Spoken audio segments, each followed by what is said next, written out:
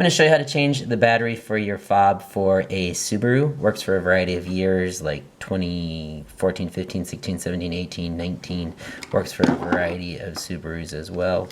And all you're going to do is turn this fob over to the back. You're going to push on that little silver tab and pull up, and voila, there's a key. So what you're going to do is you're going to see this silver tab here.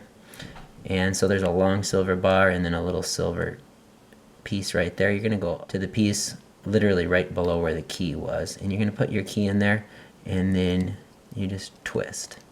And when you twist that, what's going to happen, you can see that fob is starting to separate in the center. So just gonna pop it all the way free, and it will release your fob. And here's your fob, and here's your control, and there is your battery. So now to get that battery off, at the top piece here, you're going to see two little tiny tabs.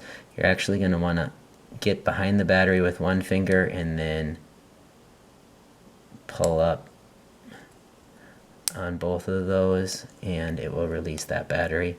So you'll get rid of the old battery, you'll take your new battery, slide it in from the top, and push down. It will reseat it. And then to close it back up, all you're going to do is, you can see there's the round space for the battery here. It'll actually set in nicely. If you put it in the other way, it actually doesn't close, so it has to go one way.